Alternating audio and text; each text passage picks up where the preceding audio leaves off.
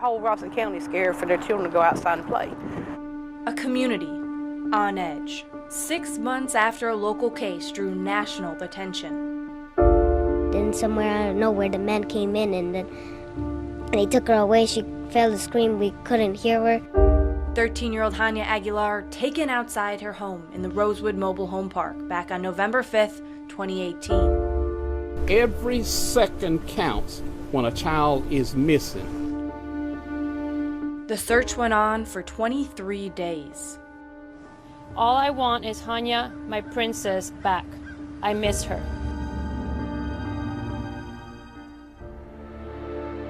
We believe we had found the body of 13-year-old Hania Aguilar. The body was found in a body of water off the Wiregrass Road in Robeson County. An autopsy revealing Hania was found by a dive team, naked, partially submerged in a muddy pit, her body decomposing, under a plastic folding table with a black tire on top, with a single black hair tie on her left wrist. The evidence revealing she was raped and likely suffocated, possibly by strangulation or gagging. But her body was too decomposed to reveal a specific cause of death. This is a horrific set of facts. It has galvanized the community, it has galvanized law enforcement, it has galvanized our office, and we will do our talking in the courtroom. But authorities say it all could have been prevented. I can't imagine receiving that kind of information as a parent. In 2016, another woman in Robeson County says someone removed the air conditioning unit from her living room window, came inside her home, and raped her at knife point. The next year, evidence from that rape matched Michael McClellan's DNA, which was already in the federal database because of his criminal history. But the Robeson County Sheriff's Office never acted when they were given that information. Had we made an arrest, in all likelihood, Mr. McClellan would have remained in jail because of his prior history and because of the severity of the charges, and we would have avoided Hania's death. If they'd have done what they supposed to have done, Hania would have been still here. And it really upsets the community that he got out in June and walked around and then done this to this baby. That's what we call him, a monster. A 13-year-old girl would likely still be alive today if the right steps had been taken. A realization that broke already shattered hearts in the case of Hania Aguilar. When covering this downfall where evidence from a rape kit slipped through the cracks, we realized the backlog of untested rape kits is a huge issue nationwide, and especially right here in the Carolinas. We've spent the last 5 months looking into the scope of this problem and what the people you elected to office are doing to fix what they call a danger to public safety. Sexual assault is about as awful a crime as we can imagine, and we knew that there were untested sexual assault kits sitting on the shelves of local law enforcement, but we did not know how many. The problem the state of North Carolina faced in 2017 is a problem nearly, if not every, state in our nation faces, not knowing how many sexual assault evidence kits sit untested on shelves. It's an issue Attorney General Josh Stein made his mission, calling on lawmakers to mandate agencies across the state disclose how many untested kits sat in storage across North Carolina. When we did the count, we learned that there are 15,000 across North Carolina, and my jaw hit the table because that's 15,000 people who experienced an awful, awful crime. And we owe it to those people to deliver them justice, and we owe it to the community to get dangerous people off the streets where they cannot reoffend. Of those 15,000 rape kits, Stein estimates about 14,000 are attached to criminal reports from victims who want their case investigated and prosecuted. The other 1,000 are anonymous, meaning the victim had a kit done but didn't want to pursue charges when the rape kit was collected. We have actually a system here in North Carolina now where the State Department of Public Safety has a warehouse that's specifically built for kits where the person is not ready to press charges.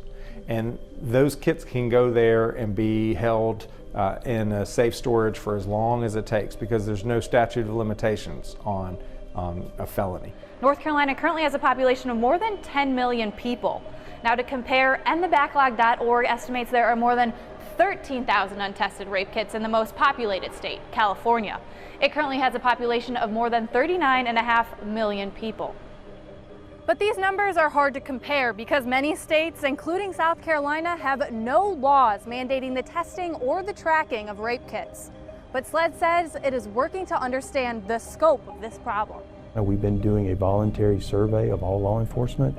So far, we've identified less than 2,000 sexual assault kits residing around the state in various forms of either storage or still part of that investigation to see if a crime was committed.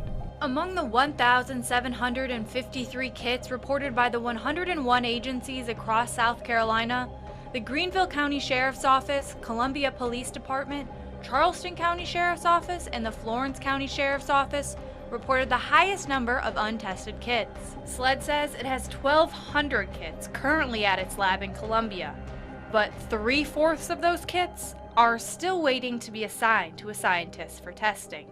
However, these numbers still don't paint the full picture. I think there is a bigger problem that's not being addressed. More than 2/3 of law enforcement agencies across the state haven't responded to the survey as of January. There are some counties that have high incidents reported of sexual assault, and some counties where it looks like rape just doesn't happen there. And we know that's not true. What that really tells us is that it's not being reported.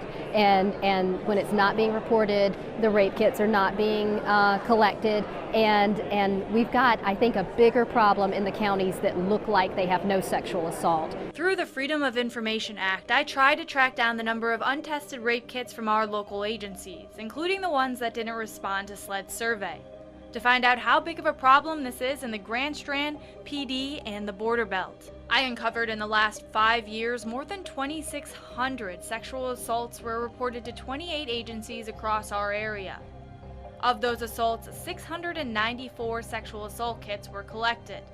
27% of those kits remain unprocessed and in storage, meaning they were never sent to SLED for testing. The Georgetown County Sheriff's Office, Florence County Sheriff's Office, and the North Myrtle Beach Police Department reported the highest number of untested kits in our area. You may notice the number of kits reported by the Florence County Sheriff's Office to SLED and the number reported to us through the Freedom of Information Act are different, with 91 reported to SLED and just 27 reported to us. We wanted to know why the numbers are so drastically different. The Sheriff's Office told me 64 of those kits reported to SLED won't ever be tested for different reasons, including contamination due to power loss during Hurricane Florence. Also disturbingly, my investigation uncovered many agencies in our area have no written policy on how to handle sexual assault evidence kits. Some agencies, including the Florence Police Department, the Darlington County Sheriff's Office, Coastal Carolina University Department of Public Safety, and the Atlantic Beach Police Department, refused to tell me how many kits they've logged into evidence in the last 5 years, claiming the Freedom of Information Act does not require them to create a document that does not exist, meaning these agencies have no document or database tracking how many rape kits were logged into evidence and sent to SLED. Others, like the Pamplico Police Department, the McCall Police Department, and the Georgetown Police Department, didn't provide any information after 4 months. Is that acceptable for them not to provide it? That is not acceptable at all. And that is a big problem because first thing, before we can address a problem, we have to know what the problem is and we have to know how to define it. Like North Carolina, victims in South Carolina have the option to complete a rape kit, but not file a police report. But unlike North Carolina, those kits don't sit in a safe storage indefinitely until a victim is ready to press charges. Now that 365 days for the anonymous kits, if no one comes forward, those are then, what happens to them? They are destroyed. Also, like North Carolina, there is no time limit on when rape victims can file criminal charges, which means this practice makes no sense to Representative Mandy Powers Norrell. a champion of sexual assault victims' rights, fighting for change in the South Carolina State House. There's so many potential ways that these can be used in the future that I see absolutely no reason to destroy them after a year. This policy also means the number of untested kits throughout the state over the last 5 years could be much higher had those kits not been destroyed. The destruction of the kits, for some, is just one of the many ways the system fails victims. The truth is that the way that the process works now really isn't working for anyone. It's not working for the police, it's not working for advocates, it's not working for prosecutors, and it's certainly not working for survivors. To be destroyed in a year, it definitely ruins the chance of giving that consent in a way back to the survivor. I usually tell victims up front, don't spend your life waiting on the results of this kit. Particularly here in South Carolina, the most likely outcome is that this kit is not going to be tested. Women between the ages of 18 and 24 are more likely to be victims of sexual violence than any other age group. This is according to Rape, Abuse, and Incest National Network. And among undergraduate college students, more than 23% of women experience rape or sexual assault. Now, only 20% of those women ever report the crime to law enforcement. But of those who do report, hundreds of rape kits remain untested and uncounted. Numbers representing victims who survived a violent crime and then went through an invasive exam to collect the evidence. Each of these kits contains a piece of their story and represents an attempt at justice. So it took place my freshman year, so October of 2016. I was a sophomore. It was April of 2017. I decided to meet with someone, not with any intention of a hookup or dating or anything. It was purely friend. And this was a fraternity social event. So I had gone to a lot of them before. And he was just very awkward, kind of like, I thought it was cute, honestly. I was like, oh, you know, he's really nice and everything. And I felt like it was really promising. These hopeful beginnings wouldn't last. Halfway through the event, I felt really odd. And I had, gone to these events before, and I was feeling really dizzy and just feeling kind of out of it.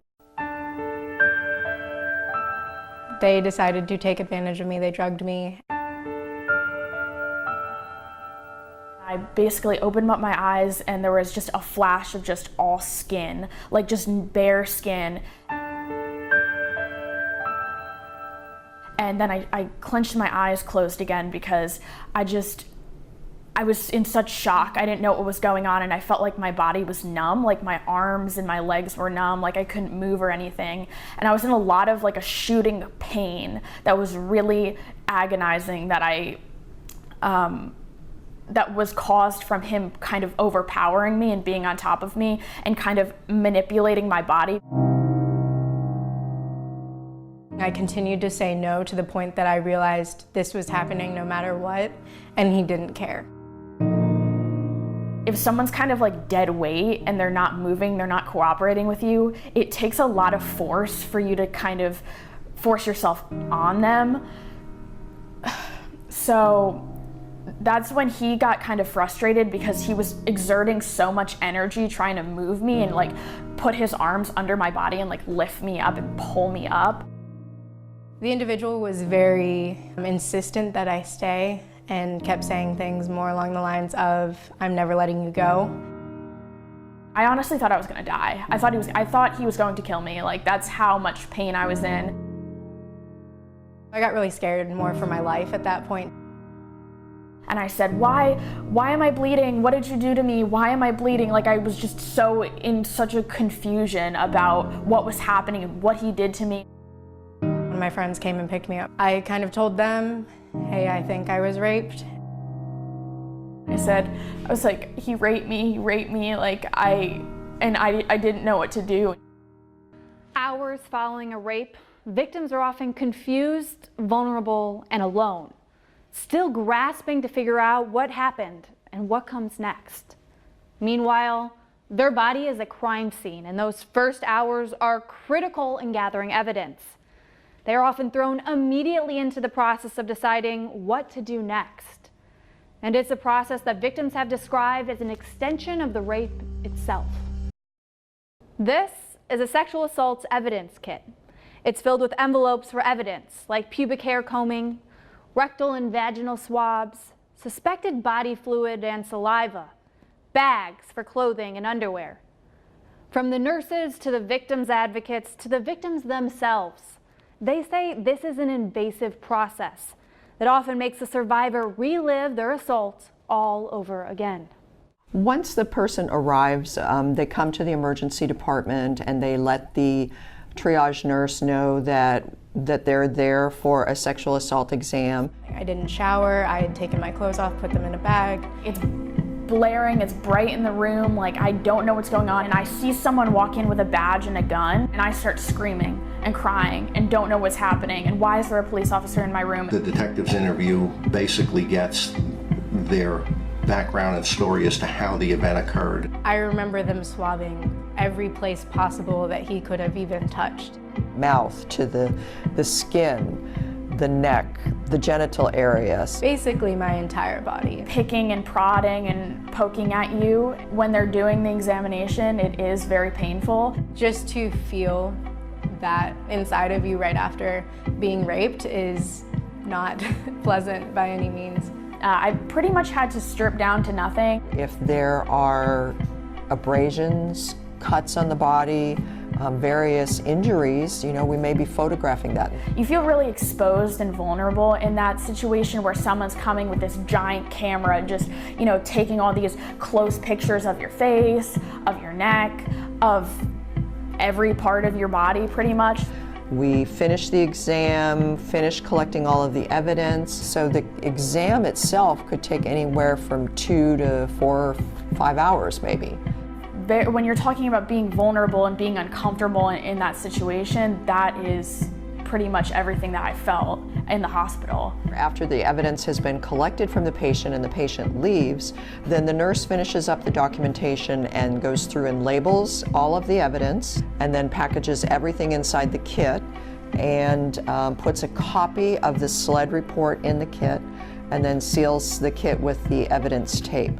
After that point, it really falls under law enforcement's role to direct what's going to happen to it. From the hospital, once the kit is performed, the officer or detective, whichever, is still on scene at that particular time, will take the kit, deliver it here to the police department. While all this was going on, they had police officers that were in my apartment while none of us were there. If there's a crime scene where something has occurred or alleged to have occurred, we may be called in from the crime scene side of it to initially investigate it. They went into my bedroom and they took all my bed sheets, they took all my pillows, they took my clothes. From there, we'll examine whatever bedding or clothing has been sent in, mark whatever indications we see on it. Those are then repackaged and set up to be sent to SLED. The sexual assault kits are one of the most complex cases that we work. Every sexual assault case is unique based on the items submitted, how we have to work that case. We do have serologists that are assigned to a task force that they do nothing but sexual assault kits. So they go through, they identify the biological fluids that may be present that we think are probative. They do the appropriate documentation, the cuttings. They package that and send it up to the DNA casework department for that DNA analyst to go through the processes of developing that DNA profile. I had to end up calling constantly and checking up on the results of it. I actually, to this day, do not know whether or not it got tested and whether or not his DNA will be anywhere in that kit or even in the database as someone associated with a possible sexual assault. And so that's terrifying in itself. Madison and Anna made different decisions when it came to pursuing charges in their cases. Anna chose not to move forward with the judicial process, meaning her kit was likely destroyed 365 days after evidence was collected. But Madison did decide to move forward in hopes of getting her case heard in the court. For many sexual assault advocates, a statewide tracking system and inventory of backlog rape kits is necessary to know how many rapists are roaming free. If you don't know how many you have and you have no way to find out, that's pretty scary.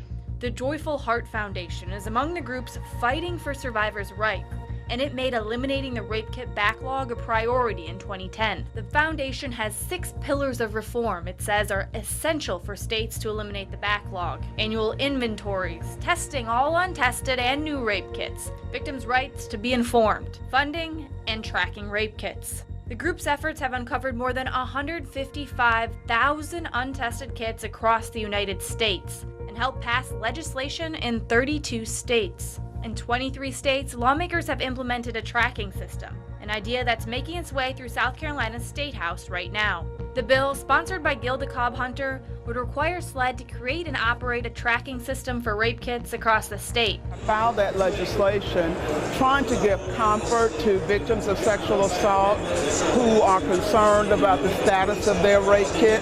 It passed the House on the last day of session earlier this month, but it'll sit for at least 8 months before going across the hall to the Senate when the session resumes next year. I've had conversations. Senator Shane Martin has agreed to help lead the effort in the Senate, and so I'm confident the bill will pass next year. Meanwhile, in North Carolina, a tracking system has been in place since October. That system allows victims, law enforcement agencies, and prosecutors to know the status and location of a survivor's rape kit. It's technology the state of Idaho gave North Carolina for free. SLED says it isn't opposed to a tracking system, but it wants to be part of the discussion if and when lawmakers decide to implement one. Until then, SLED says it's gathering information on South Carolina's backlog, so they'll be ready to support any legislation that passes. Because we want to try to project what the need will be for South Carolina so that we can best put ourselves in a position to have those resources available. SLED also says it looked into a tracking system in 2016 and found out the starting cost was $250,000. Back up in Raleigh, Attorney General Josh Stein and lawmakers introduced the Survivor Act, which sets requirements for future and backlogged rape kits. It also sets aside $6 million for rape kit testing and another $800,000 reoccurring dollars to hire more forensic scientists at the state's crime lab. It's an investment Stein says is worth the payoff because the state is getting an average of 1 DNA hit for every 10 kits tested. So we're able to solve a crime, and a violent crime, for $7,000. That is a bargain for public safety because the cost to the community, to the person's psyche for experiencing a sexual assault is a heck of a lot more than $7,000. Without the same investment or any action from lawmakers in Columbia to address this issue, it's a problem that won't go away. I think something needs to be done, with the backlog. I think fundamentally what you got to recognize is that you can't manage a problem unless you measure the problem. Without knowing how many kits remain untested, the state can't appropriately assign resources. And there's more to reform for survivors than putting a barcode on a box. Do you think the budget that we have now and the laws we have placed in South Carolina now show that we value sexual assault victims? Certainly not. The laws we have in place do not show that we value sexual assault victims or stopping sexual assault in South Carolina. And I don't think it's because we don't think it's important, but I think it's because en masse the legislature has just not thought a lot about it. This year, Representative Mandy Powers Norrell filed 6 bills related to sexual assault. Of these, none passed.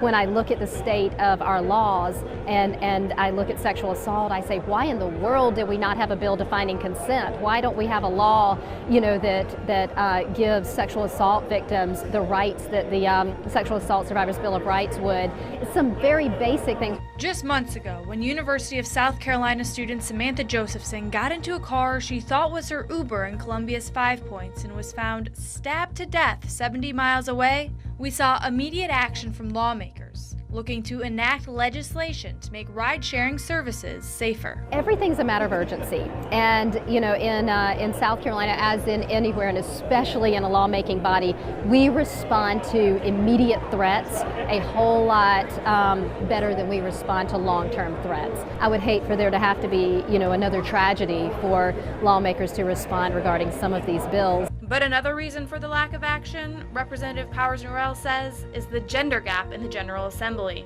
The ratio of men to women in the legislature is heavily weighted in favor of men. In the House, less than 20% are females, and in the Senate, even fewer, just 9%. This is something that women think about because we're the people who have to think when we go to a public place to not leave our drinks unattended and make sure we always have somebody with us when we walk at night and that kind of thing. It's always on our minds that we could be the victims of sexual assault. Another major hurdle is the cost. Testing a single kit costs an average of $1,000. And with at least 1,700 untested kits in South Carolina, that means more work at SLED, which is already responsible for processing evidence on other crimes for around 300 agencies. But all that money doesn't have to come from the state's general fund. In Washington, Congress has approved more than $40 million since 2014 for a sexual assault kit grant that helps local communities eliminate the backlog.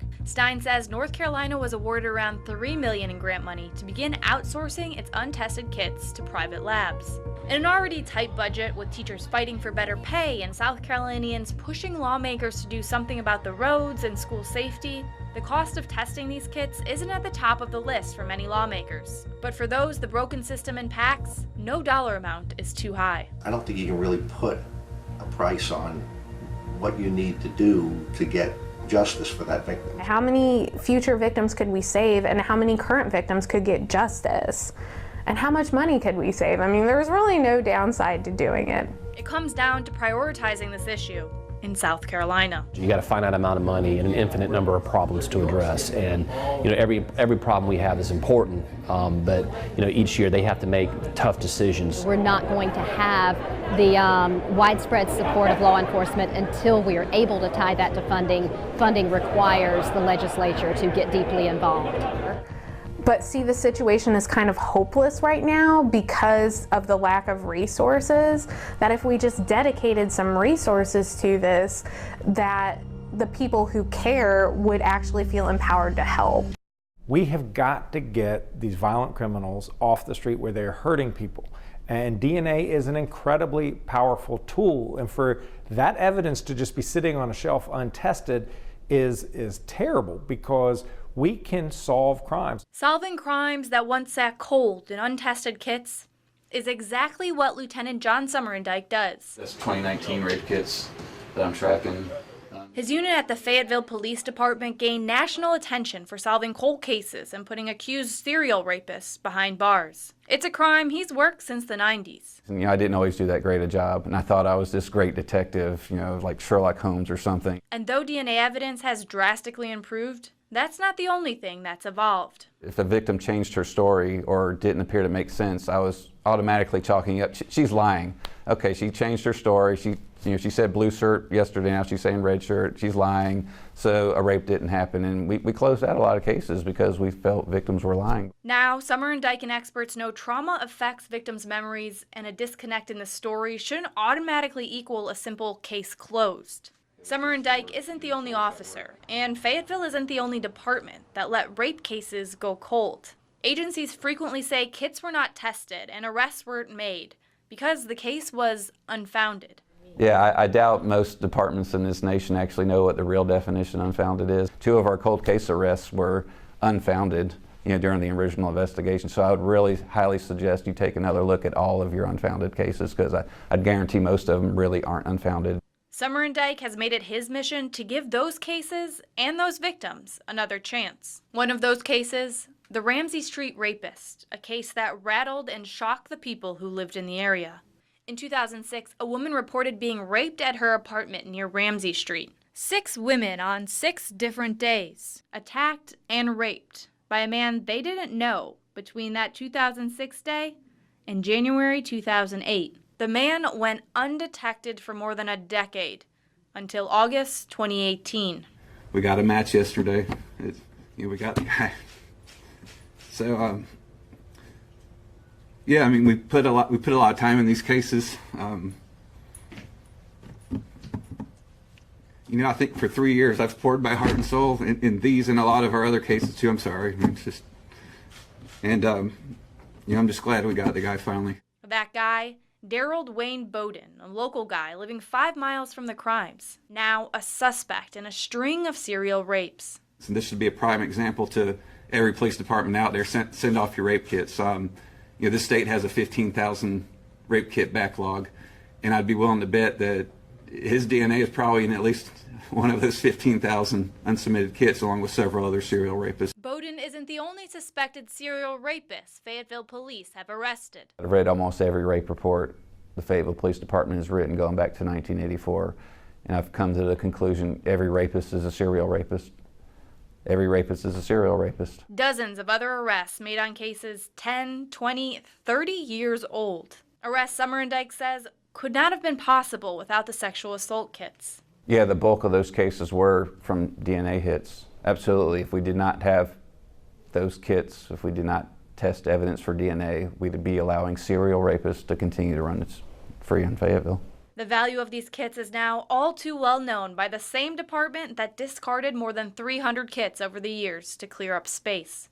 An action Summerdijk now realizes the full impact of. I think it's 2015 as one of our cold case victims when she told me, that sexual assault kit, it's more than just a cardboard box with swabs in it. It's a piece of my body in there. So that really gave me a lot of perspective and really, I think, rose my level of commitment to getting all of these kits tested, because that's a piece of victim's body in that kit, and it deserves attention and respect. Today, the department has 0 untested kits. A number to be proud of, but still, there's hundreds of cases left to review and more rapists to arrest. Summerdijk hopes the thousands of hours and thousands of dollars will help flip the narrative on the criminals. Now suspects are the ones that are going to be saying, hey, are the police following me? Are the police stalking me? Do the police know who I am and are coming to get me? And my answer to them is, yeah, we are coming to get you. So you need to be looking over your shoulder. Fayetteville's efforts and success show while the system is broken, it's not beyond repair. It also shows the true value behind a single kit, because behind that box is a victim and the potential of taking a violent offender off the street. Every 98 seconds, someone in the United States is raped. Testing these kits can bring justice and healing to survivors. So what can you do? Encourage your elected officials to pass legislation that will require agencies to test every rape kit booked into evidence, and to create a database that keeps track of them, to end the current backlog and prevent future backlogs.